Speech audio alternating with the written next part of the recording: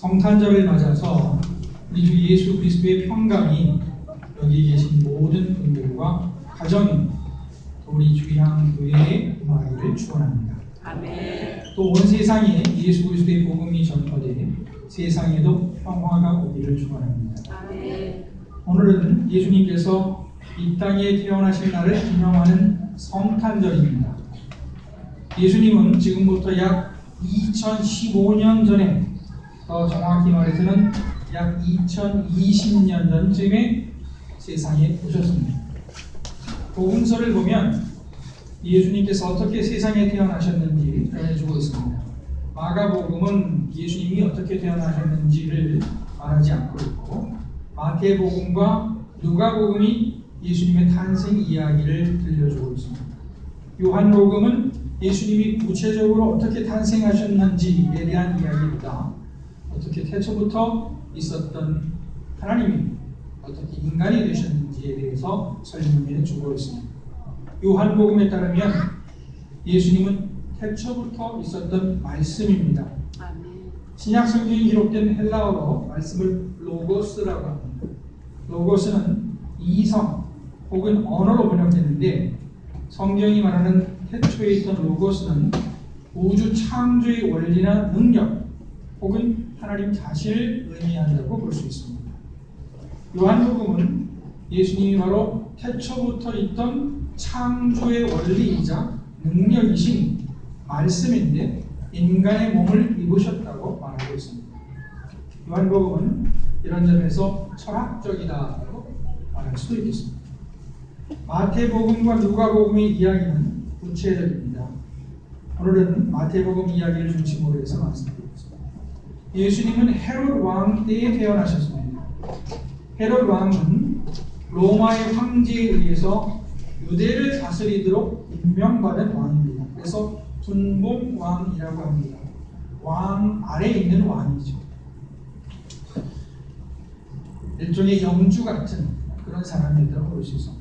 예수님이 헤롯 왕 때에 태어나셨으니까 예수님은 이스라엘이 자기 주권을 가지지 못하고 있을 때에 태어나신 것입니다. 식민지 백성으로 태어나신 것이죠. 예수님은 베들레헴에서 태어나셨습니다. 예수님께서 베들레헴에서 나신 것이 성경적으로 중요한데요.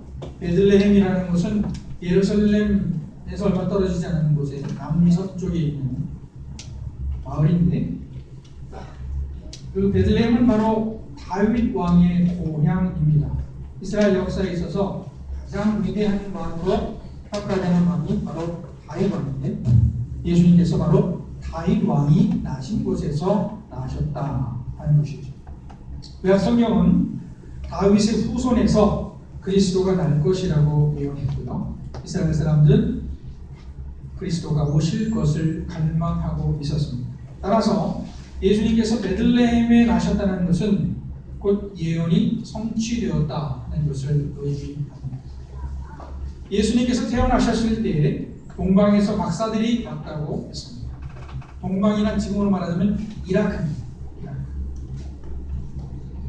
이들은 예루살렘에 와서 유대인의 왕으로 나신 아기를 찾았습니다.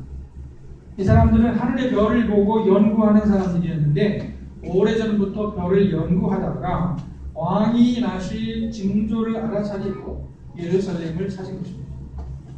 아마도 이 사람들은 물론 이방인들이었겠지만 단순히 별을 연구하는 이방인들이 아니라 유대인들 중에서 바벨론에 남아있던 사람들이 아닌가 그렇게 추정하기도 합니다. 동방 박사들이 와서 유대인의 왕으로 태어나신 아기를 찾았을 때 예루살렘에는 큰 소동이 일어났습니다. 지금과 같이 민주화된 사회에서는 정권이 수시로 바뀌지만은 옛날에는 왕이 다스릴 때에 왕의 후손들이 계속해서 나라를 다스렸습니다. 그런 상황에서 왕으로 태어난 아기가 있다는 소식은 곧 그 아기가 장성해서 반역을 일으킬 것을 의미했기 때문에 소동이 일어나는 것은 당연했습니다. 동방박사들의 말을 듣고 헤롯 왕은 즉시 구약 말씀을 잘 아는 대제사장들과 서기관들을 불렀습니다. 그리고 구약 성경에서 왕이 어디서 날 것이냐라고 예언했느냐라고 물어봤죠. 그리고 그것이 다윗의 고향인 베들레헴이라는 사실을 알게 되었습니다. 그래서 헤롯은 나름대로 꾀를 내서 동방박사들에게 조용히 부탁을 했습니다. 가서 왕으로 나신 아기가 있는 곳을 찾아보고 경배하고 나에게도 알려줘서 나도 가서 경배할 수 있게 해달라고 말을 했습니다. 그리고 동방박사들은 별의 인도를 따라서 예수님이 나신 곳에 가서 예수님께 경배하고 그들이 준비해온 황금과 유향과 모략의 3가지 예물을 드렸습니다. 아주 귀한 예물입니다. 이들이 준비한 예물은 왕에게 드릴 만한 그런 예물이었습니다. 아기 예수님이 예물을 드린 동방박사들은 꿈에 하나님의 지시하심을 받고 예루살렘에 가지 않고 다른 길로 우회해서 동방으로 돌아가게 됩니다. 동방박사들이 돌아올 것을 기대했던 헤롯은 동방박사들이 자기와 약속을 깨고 동방으로 돌아가는 것을 알고 예수님이 나신 지역에서 2살 이하의 아기들을 죽일 것을 지시하게 됩니다. 하지만 예수님의 부모들은 미리 꿈에 지시하심을 받고 애굽으로 피난하게 되죠. 그리고 헤롯이 죽을 때까지 예수님과 함께 애굽에서 살게 됩니다. 애굽, 이집트죠. 이집트는 이스라엘하고 바로 접해 있는 그런 나라가 되겠습니다. 마태복음이 전하는 말씀에서 우리가 주목해야 할 것은 예수님께서 유대인의 왕으로 나셨다 하는 것입니다. 그런데 예수님은 한 번도 어느 나라의 왕이셨던 적이 없습니다. 그렇다면 왜 성경은 예수님이 왕이라고 말합니까? 예수님의 삶은 왕의 삶과는 거리가 아주 먼 삶이었습니다. 예수님의 아버지 요셉은 왕이 아니었습니다. 따라서 예수님은 왕궁에 태어나지 않으셨습니다. 그리고 왕궁에 사시지도 않으셨죠. 누가복음 9장에 보면은 어떤 사람이 와서 예수님께 말을 합니다. 예수님, 나도 당신을 따르고 싶습니다. 나도 당신의 제자가 되고 싶습니다. 라고 말합니다.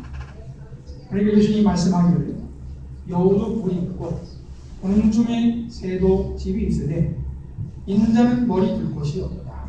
이렇게 말씀하십니다. 이 말씀에 따르면 예수님이 자기 집이 없습니다. 아마도 예수님은 정해진 거처 없이 그때그때 필요한 대로 집을 옮겨가면서 사셨을 가능성이 있습니다. 때로는 아예 들에서 사셨을 가능성이 있습니다. 그것은 예수님뿐 아니라 세례 요한도 마찬가지였는데 충분히 그랬을 가능성이 있고 실제로 예수님은 들에서 밤새도록 기도하신 적도 있었습니다.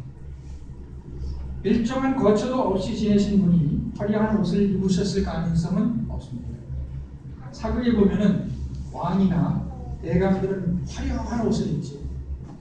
하지만 서민들은 무채색 옷을 입습니다. 그것도 아주 다 떨어진 옷을 입는데 예수님이 왕이시라면 당연히 화려한 옷을 입으셨을 것으로 생각할 수 있지만 예수님은 전혀 화려한 옷을 입지 않으셨을 것입니다. 마태복음 6장에 보면 예수님은 자기를 따르는 사람들에게 무엇을 입을지 걱정하지 말라 말씀하시면서 솔로몬이 입은 옷도 그의 백합화보다 못하다 이렇게 말씀을 하셨습니다. 이 말씀에 근거해 볼 때에 예수님은 화려한 옷을 분명히 입지 않으셨을 것입니다. 그래서 농담인데요. 믿음 좋은 처녀들은 예수님 같은 신랑을 만나면 좋겠다라고 생각할지도 모르겠습니다. 제가 신학교 다닐 때, 신학생 때 어떤 여자분이 여자 교수님이었어요. 전라도 쪽에서 목회하시는 분이 경상도 쪽에서 목회하시는 분인데 그분이 와서 설교를 하면서 아주 대단한 여자분이었습니다. 애가 센 여자분이었어요. 그렇게 얘기합니다. 제가 처녀인데 나이가 꽤 있었습니다. 처녀인데 왜 아직까지 처녀냐면 예수 같은 신랑을 못 만나서 처녀입니다. 그렇게 얘기를 하더라고요. 근데 예수님 같은 신랑을 만나면 좋은 옷 얻어 입기 힘듭니다.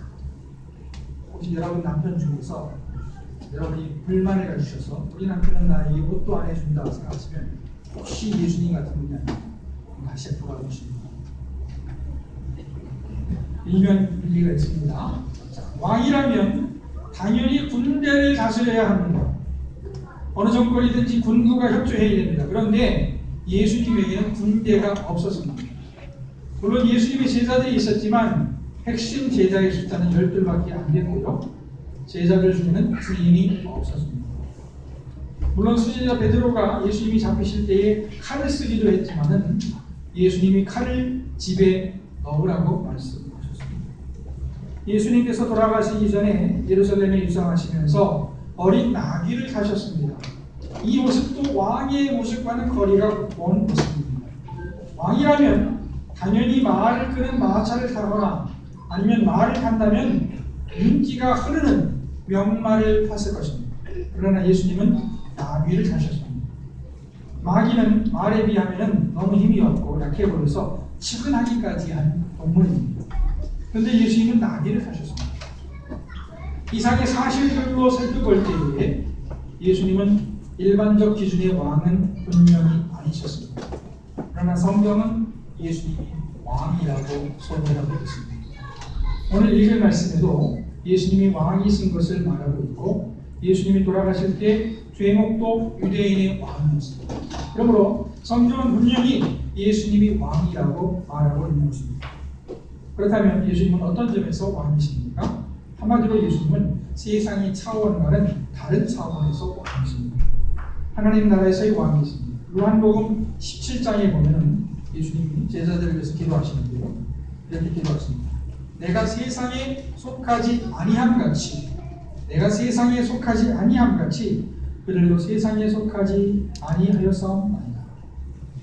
예수님은 세상에 사셨지만은 세상과는 다른 기준과 다른 가치관을 가지고 사셨습니다. 말하자면 예수님은 다른 나라에 사셨습니다. 그리고 그런 점에서 왕이셨습니다. 예수님이 왕이신 이유는 물론 하나님께서 그렇게 세상에 보내셨기 때문입니다. 왕으로 보내신 것이지. 그러나 구체적으로 복음서를 보면 예수님이 하나님 나라의 왕으로 사신 모습들을 볼 수 있습니다. 앞에서도 말씀드렸듯이 우리가 일반적으로 생각하는 왕의 모습은 전혀 아닙니다. 예수님은 화려한 왕에 살지 않으셨습니다. 예수님은 화려한 옷도 입지 않으셨습니다. 예수님은 군대도 거느지지 않으셨습니다. 왕으로서 예수님의 삶을 몇 가지 단어로 표현할 수 있을 것 같습니다. 우선 섬김입니다. 예수님은 제자들 사이에 다툼이 일어났을 때에 불러 모시고 이렇게 말씀하셨습니다. 이방인의 주권자들이 그들을 임의로 주관하고 그 고관들이 그들에게 권세를 부리는 줄을 너희가 알거니와 너희 중에는 그렇지 않을지니 너희 중에 누구든지 크고자 하는 자는 너희를 섬기는 자가 되고 너희 중에 누구든지 으뜸이 되고자 하는 자는 모든 사람의 종이 되어야 하리라. 인자가 온 것은 섬김을 받으려 함이 아니라 도리어 섬기려 하고 자기 목숨을 많은 사람의 대속물로 주려 합니다. 예수님은 우선 여기서 이방인들과 제자들을 대표시키고 있습니다. 여기서 이방인들은 내용상 세상이라고 할 수 있습니다. 그리고 제자들은 교회라고 할 수 있습니다. 그러니까 예수님은 세상 나라와 하나님 나라를 구분하셔서 말씀하신 것인데 너희 중에 누구든지 크고자 하는 자는 너희를 섬기는 자가 되고 으뜸이 되고자 하는 자는 모든 사람의 종이 되어야 한다라고 말씀하셨죠. 이것은 예수님께서 제시하신 하나님 나라의 큰 법칙입니다. 예수님은 이렇게 섬김의 법칙을 말씀하셨을 뿐 아니라 직접 제자들을 섬기셨습니다. 예수님은 돌아가시기 전에 마지막 식사를 하신 후에 제자들의 밥을 시켜주셨습니다. 예수님은 섬김이 하나님의 나라의 법칙이라고 말씀하시고 또 섬김으로 하나님 나라의 왕의 모습을 보여주셨습니다. 세상의 왕은 섬김을 받는 사람이죠. 다른 사람을 부리는 사람입니다. 그러나 하나님 나라와 예수님은 섬김으로서 왕의 모습을 보여주는 것입니다.